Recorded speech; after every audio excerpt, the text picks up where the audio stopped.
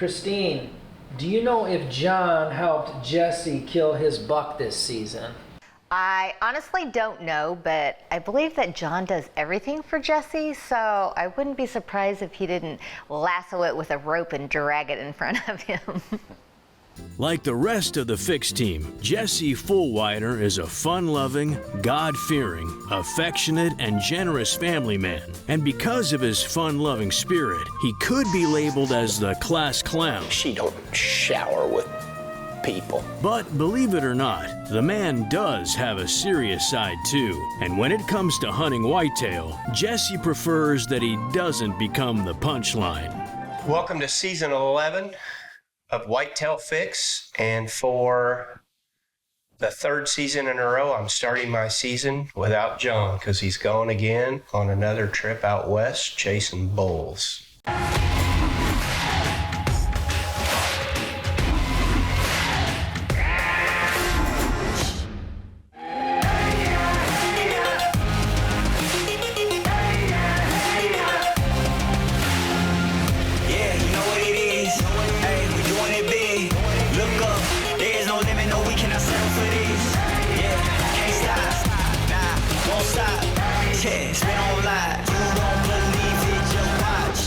Whitetail Fix is presented by Wildlife Research Center. 6 seasons ago, John Day joined the Fix team, and it seems the workload for Jesse Fulwider got to be a lot less. I've never worked so hard hanging a set in my life. This is a way that old Fulwider likes to hang some sets. We're out here checking out our food plot that John put in. We got some tall tine tubers popping up right here. I'm gonna go in here and take a look at this set that John hung. But that doesn't mean Jesse does absolutely nothing. Last year, the deer completely devastated that food plot before season got here. Our solution is an electric fence. Especially when it comes to the Whitetail Institute food plots that John worked so hard to put in. This fence is going to allow this food plot to grow so it's thick and lush. See, Jesse does some of the work, guys. Every year on the show, I get tired of hearing John does all the work. And this year, with John being out of town, Jesse was forced to step up and get it done. It kind of forced me into action, so I went into hanging sets, hanging trail cameras, doing scouting, checking those trail cameras, and yeah, it was a little bit different. It was kind of lonely without my buddy there, and a little bit scary hanging them sets by myself. Jesse thought it was scary hanging sets by himself, but that was just one obstacle he'd face on the season. Him and John would lose a lease that they have hunted for years. So after we lose a farm that is really our money spot, it's our go-to spot. We spend a lot of time there. There's always big deer on that farm. We got to find a replacement. So I am very blessed that I landed 2 smaller farms. Each of those farms are right at about 100-acre farms, and they look pretty good. Losing a lease and having to find new hunting grounds can pose disastrous to any hunting season, but Jesse would get a welcome surprise after, without John, mind you, setting up his Reconyx trail cams. On about October 13th, I have a cell cam out, and I start getting daylight photos of big mature bucks, and those photos continue on the 13th of October, 14th, 15th, 16th, 17th, but John's gone. I have no cameraman, so I'm on my phone in a panic, because if you are familiar with big mature deer, you know that once that window hits to where you have big mature deer on their feet, you have to do everything you can do to get in the stand. Ernie, do you know if John helped Jesse kill a buck this year? I'm pretty sure John helps Jesse get dressed in the morning, so I'm gonna guess yes, he probably did. No, I'm not gonna say that. That would offend somebody.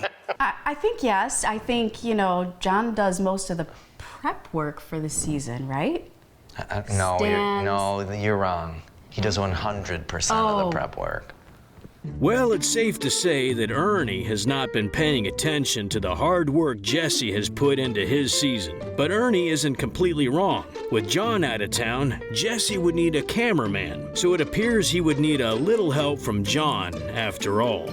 John has a partner in his roofing business who is very experienced at running a camera. He does great production. He's a great videographer. His name's Daniel. I called Daniel, and without hesitation, of course, after I entice him a little bit with some photographs that I send him of Reconyx pics, he's all over it. He says, "When do you want to go? I'm available." You know, they say there's no I in team, and no one is a better team player than John Day. He would immediately recommend his good friend Daniel Huffman to Jesse, and after one phone call, things were coming together for Jesse fast. We start putting together a plan on what nights we have available. So October 19th was going to be the first night we were going to be able to get into the stand, and so I meet Daniel after I get off work. All the trail camera footage that we have is at about 7 o'clock to 7:30, so plenty of daylight to get an arrow in one. Jesse did the prep work. He hung the stands, he got the Reconyx pictures, he has a cameraman, he has a plan, and he's ready to hunt. John, did you help Jesse kill his buck this year? No, I did not. So you didn't hang a tree stand or do anything extra for him? No, I did not. Straight from the man himself, John did not help Jesse in any way this past season. John did, however, set Jesse up with Daniel the film. Day 2 of season 11. Brand new farm. Brand new camera guy for me. But Daniel knows what's up with the camera, as you can hear. There's an airport not far away from here because I'm in west central Indiana, but we hunted his set last night, loaded with activity. I got a trail camera down here, and I've got over 5 days, 5 different shooters on this farm. I can't believe it. It's the best card pull I've ever had, so if I can get one to roll through here, it'll be about a 10-yard chip shot, but my luck is not very good. I'm going to see if I can turn that around for season 11.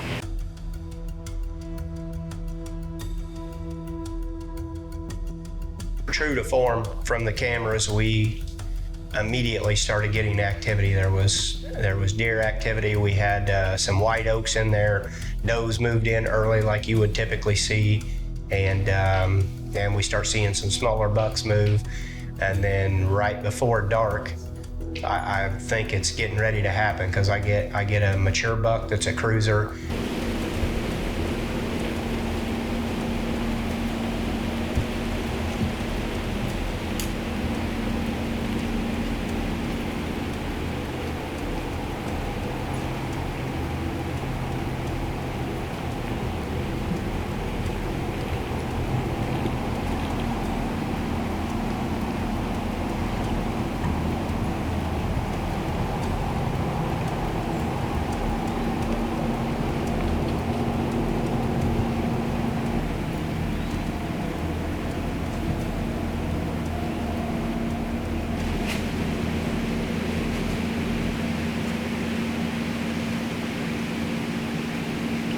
I think with my anticipation of this hunt and seeing all the shooters, I figure out once I get my binos on this deer that I misjudge him a little bit.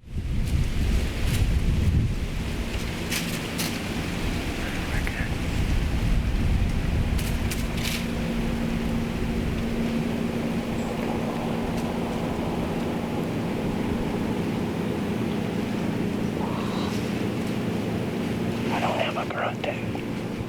I don't get an opportunity at this deer. He had in his mind exactly what he was going to do, and he was headed out to a shelled cornfield, and I couldn't get him stopped, couldn't get him turned, but I was thankful once I sized the deer up because I could have very easily made a mistake.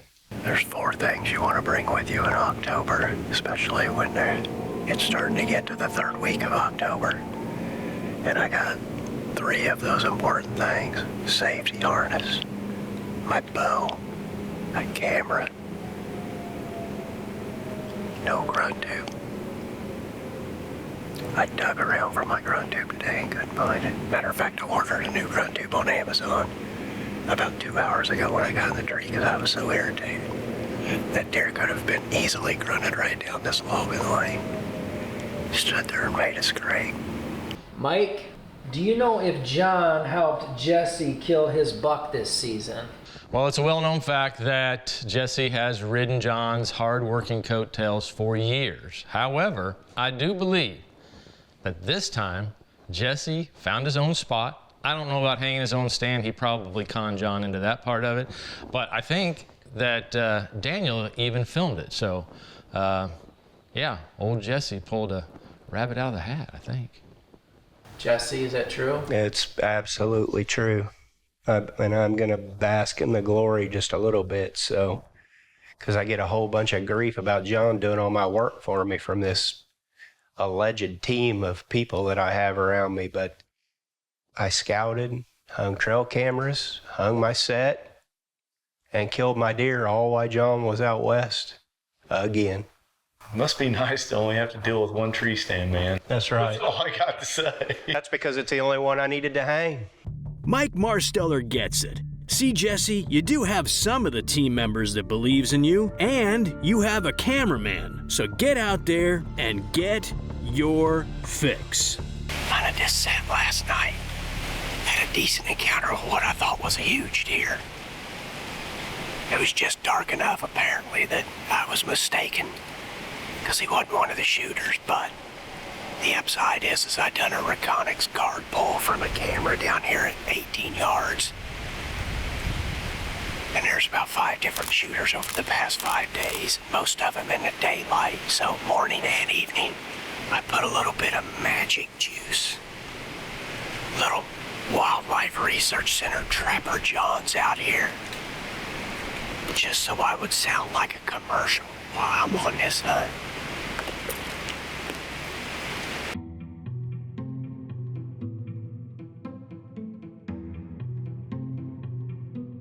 As Daniel and I sit here, it started to get a little confusing, and then you start overthinking it. If you're a deer hunter, then you build up to that anticipation, and then it's a roller coaster ride, because I was getting down in the dumps, and then what you love to hear when you figure out it is not a squirrel, you hear a limb snap, and the best thing that you can hear from your partner that's filming for you, and I hear Daniel say, "That's a big deer, it's a shooter for sure."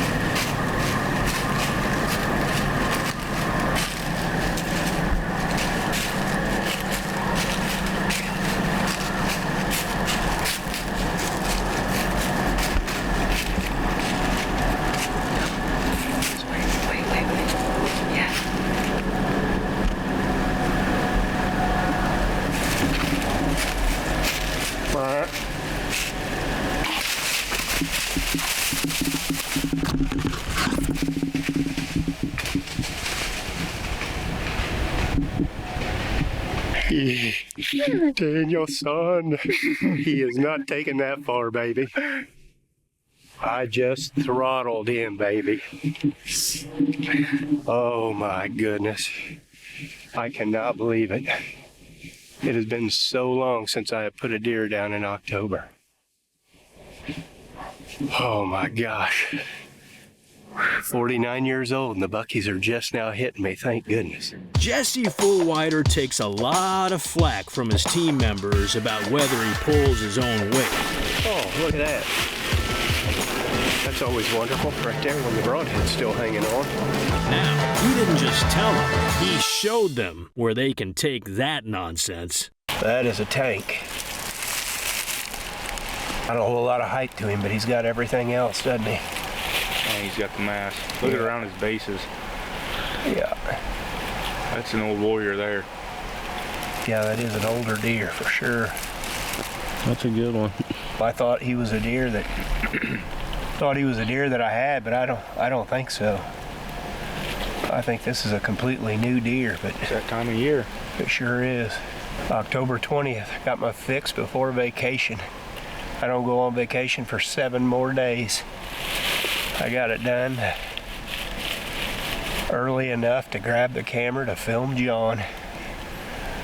When I called him earlier, I think he was most excited about that. He's gonna tell me how excited that he was that I killed a deer, finally, after watching all my struggles last year, but deep down he's thinking, cameraman forever. And that is fine. I couldn't be any happier with the season. John's returning, and we're on a very good farm, and I'm going to spend the rest of the season filming him and my 16-year-old son, Sutton. All right, the real bonus, a couple of mid-20s tanks to drag this tank out for the 49-year-old Papaw. Whitetail Fix is presented by Wildlife Research Center.